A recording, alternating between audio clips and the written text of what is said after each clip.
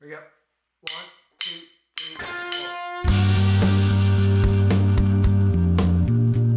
Bonjour, c'est Ed pour la revue du Merlin RDTA de Hoogvape. Il s'agit d'un top coil, donc d'un atomiseur qui a les résistances au-dessus et le réservoir en dessous.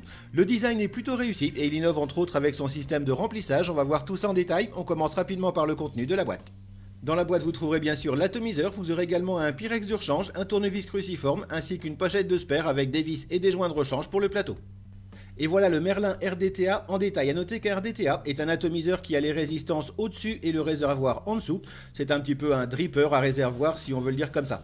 Au niveau de ses dimensions, elles sont relativement classiques pour un RDTA justement. Il est au diamètre 24 mm et il mesure 48,5 mm de haut, drip tip compris.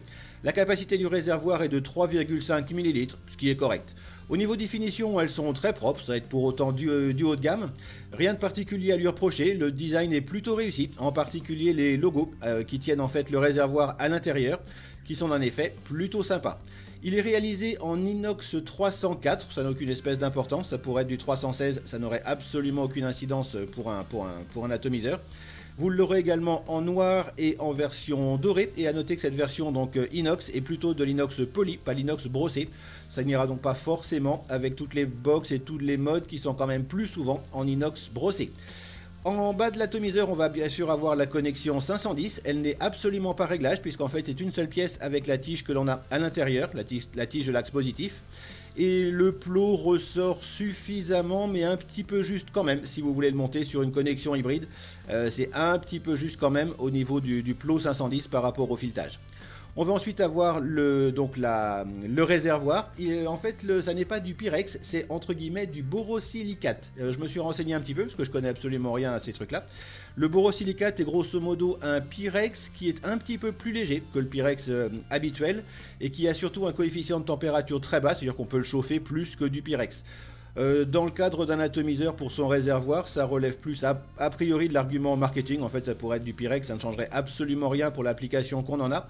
Et pour ce que j'en ai lu, si vous trouvez effectivement une application, enfin un intérêt au borosilicate par rapport au Pyrex dans un atomiseur, n'hésitez pas à le mettre dans les commentaires, ça servira à tout le monde. Mais pour ce que j'en ai lu, le fait que ce soit du borosilicate n'est qu'un argument marketing pour ce qui concerne les atomiseurs. Au-dessus, on va avoir le réglage du flux d'air, on le règle comme d'habitude en tournant. Une fois qu'il est vissé complètement, évidemment, l'ensemble de la cloche. En position complètement ouverte, on a un flux d'air qui est très aérien, pratiquement une respiration libre. Il siffle un petit peu, mais c'est pas encore trop gênant. On peut bien sûr réduire le flux d'air, mais ça restera un ato parfait pour l'inhalation directe, donc la vapeur directement dans les poumons. Absolument pas prévu pour l'inhalation indirecte.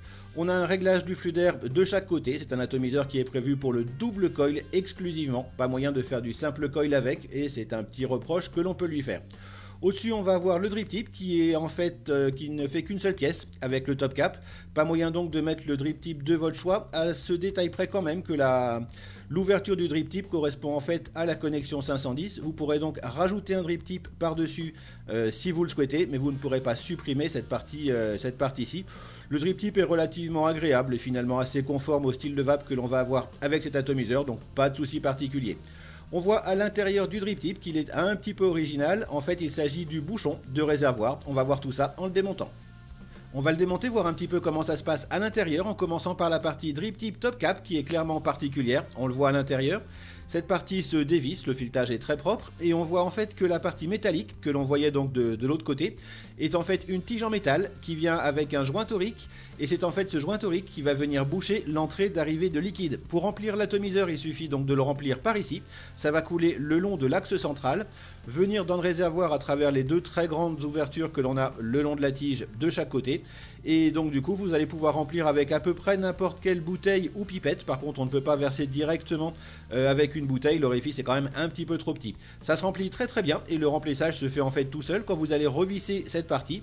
La partie avec le joint torique va venir à l'intérieur de cette petite cheminée intérieure, donc dans l'axe, et refermer le tout. C'est plutôt efficace, en fait ça permet un remplissage qui est très facile.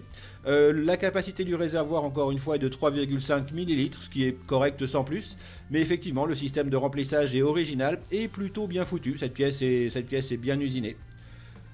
Plutôt propre à ce niveau-là. On va ensuite enlever la partie chambre, si elle veut bien venir, les joints tiennent très bien. Cette partie-là est par contre beaucoup plus classique, le filetage donc de la partie top cap en haut. et les 2 arrivées d'air de Cyclope, encore une fois pour un flux d'air qui est très aérien en position complètement ouverte, et on peut le restreindre un petit peu, mais enfin ça reste clairement un ato aérien exclusivement prévu pour l'inhalation directe, donc la vapeur directement dans les poumons. On arrive au plateau qui est relativement original aussi, c'est un plateau double poste avec 2 très grosses vis, ce qui est plutôt pratique, les vis sont plutôt costauds, les ouvertures permettent de passer n'importe quel type de fil et ce sera plutôt pratique puisqu'en fait c'est un ato qui est clairement prévu pour des montages donc double coil exclusivement et des montages relativement importants vu le flux d'air que l'on a. Au niveau du rendu de saveur, il est très bon et en fait à peu près conforme à la quasi-totalité des RDTA qu'on trouve aujourd'hui. C'est un flux d'air qui arrive par le dessous des résistances. Les résistances vont donc arriver à ce niveau-là, juste au-dessus des arrivées d'air, pardon. Un montage relativement classique, mais plutôt efficace. Et on voit directement, juste de chaque côté, les 4 énormes passages pour le coton. Ces passages sont vraiment très grands, on ne peut pas les réduire. Ça sous-entend qu'il faudra quand même mettre beaucoup de coton, même en le mettant très aérien pour boucher complètement ces arrivées de liquide de manière à ne pas avoir de fuite. Et ça sous-entend donc directement qu'il va falloir faire des résistances d'un diamètre relativement gros pour pouvoir passer quand même pas mal de coton à l'intérieur et avoir du coup suffisamment de coton pour pouvoir boucher correctement ces arrivées de liquide. C'est un point qui est particulier. Au final, ça marche très bien. Il faudra simplement, on le verra tout à l'heure avec les montages, penser à rendre vraiment votre coton très aérien à ce niveau-là, de manière à ne pas avoir de fuite. On remarque également au niveau de cette arrivée d'air-ci qu'on a un petit trou qui mène directement au réservoir. Ça permet en fait à l'air de rentrer facilement à l'intérieur du réservoir, donc ça améliore la capillarité clairement. Et bizarrement, j'ai jamais eu de fuite avec. Vous pouvez même poser l'atomiseur en position horizontale. Vous n'aurez pas de fuite par ce petit trou là, donc ça c'est plutôt bien pensé. Effectivement, on a une vraiment très bonne capillarité avec cet atomiseur. On va continuer le démontage, qui se fait de manière très simple, il suffit de dévisser la partie inférieure du plateau. On va voir donc la base, avec ce qui était la connexion 510, le réservoir on va dire en Pyrex, même si encore une fois c'est du borosilicate, très bien fini, rien de particulier à ce niveau-là. La pièce du bas donc est vraiment très bien finie, et en fait les petits logos qu'on a à ce niveau-là, incurvés pour suivre donc la courbe du réservoir, c'est vraiment propre. C'est un des gros avantages côté design, on va dire, ou look de ce RDTA. Cette pièce-là est vraiment très bien finie. Et la partie cheminée centrale, connexion positive du 510 plateau, qui est d'une seule pièce. Rien de particulier à ce niveau-là. Donc en fait, quand vous allez remplir par cet orifice-là, et ça va ressortir directement par les 2 grandes ouvertures que l'on a à ce niveau-là. En fait, par le trou qu'on a au niveau du centre. Et on voit le petit trou donc, que l'on a au niveau de l'arrivée d'air, qui arrive effectivement directement dans le réservoir pour permettre à l'air de rentrer facilement. C'est une pièce également qui est très bien finie, pas de problème. Et on voit effectivement, là encore une fois, très clairement que le plot 510 positif n'est clairement pas réglable, puisque c'est encore une fois d'une seule pièce avec la cheminée. C'est une conception qui est plutôt efficace, encore une fois les finitions sont propres, et ça permet de faire des montages de manière très aisée. Le plateau est vraiment très pratique, on va le voir directement avec les montages. Pour ce qui est des montages, justement, c'est un plateau qui est super facile et super pratique, mais il y a quelques points à respecter si vous voulez avoir une vape agréable avec cet atomiseur. C'est un plateau donc qui est exclusivement prévu pour le double coil, on l'a déjà dit. Vous allez donc prendre chacune des pattes de votre résistance sur chacun des postes. Encore une fois, les trous sont absolument énormes, vous pouvez passer n'importe quel type de fil. Et c'est un ato qui est clairement très aérien, vous pouvez donc, et vous avez presque intérêt à faire des montages relativement importants si vous voulez avoir un rendu agréable. Les résistances vont se placer juste au-dessus des arrivées d'air, évidemment. Là, je les ai mis à peu près à cette hauteur-là, pour vous donner un ordre d'idée. Le truc, en fait, c'est que les arrivées d'air sont très proches du bord de l'atomiseur. Vous allez facilement mettre des coils relativement gros dessus.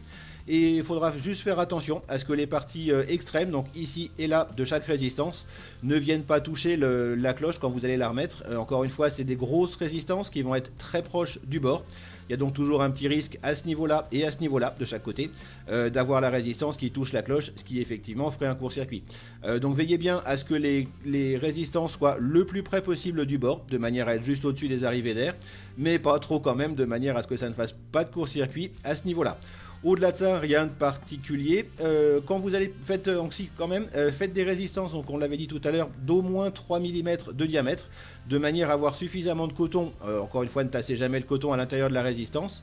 Il faudra l'aérer énormément avant de le passer dans les arrivées de liquide à ce niveau-là, qui sont vraiment énormes. Du coup, passez votre coton, je vais pas vous le montrer, ça, il n'y a pas d'intérêt, mais simplement passez votre coton dans la résistance, rendez-le très très aérien en le brossant, entre guillemets, avant de le passer dans les arrivées de liquide de chaque côté, de manière à ce qu'il soit très très aérien à ce niveau-là et bouge correctement les arrivées de liquide, sinon évidemment vous aurez des fuites. Au-delà de ça, c'est un plateau qui est vraiment super pratique, encore une fois prévu exclusivement pour le double coil, et clairement, vu le style d'arrivée d'air, les gros montages et les grosses puissances, là c'est un montage qui est prévu pour une vape environ à 100 watts. Et un autre montage pour finir qui à mon avis marche au moins aussi bien, c'est un tout bête double coil avec du Cantal en 22 gauge, donc 0,60, 8 tours sur un axe de 3 mm pour une résistance globale de 0,3 ohm. C'est un montage qui marchera très bien aux alentours de 75 watts et qui est au moins aussi bon au niveau du rendu des saveurs. Et voilà, vous savez tout sur le Merlin RDTA de Hoogvape. Au final, c'est un très bon RDTA qui ne révolutionne pas le concept pour autant. Son ergonomie est très agréable, il est facile à remplir et là pour le coup, le système de remplissage est assez original et effectivement fonctionnel. Au niveau de la vape, elle est agréable, c'est une vape qui est très aérienne, forcément en double coil, c'est un dire proche que l'on peut lui faire. Le rendu de saveur est très bon, ni meilleur ni moins bon en fait que celui de la plupart des RDTA du marché actuellement. Au final, c'est un très bon produit, s'il vous plaît au niveau design, n'hésitez pas, vous ne serez pas déçu au niveau de la vape. Pour autant, encore une fois, ça ne révolutionne pas le concept des RDTA. Si vous avez d'autres questions sur cet atomiseur, n'hésitez pas à les poser dans les commentaires de la vidéo, j'essaierai d'y répondre dans la mesure de mes connaissances. N'hésitez pas à partager ces vidéos et à vous abonner à la chaîne si vous les appréciez. Il me reste à vous souhaiter une excellente vape et à la prochaine.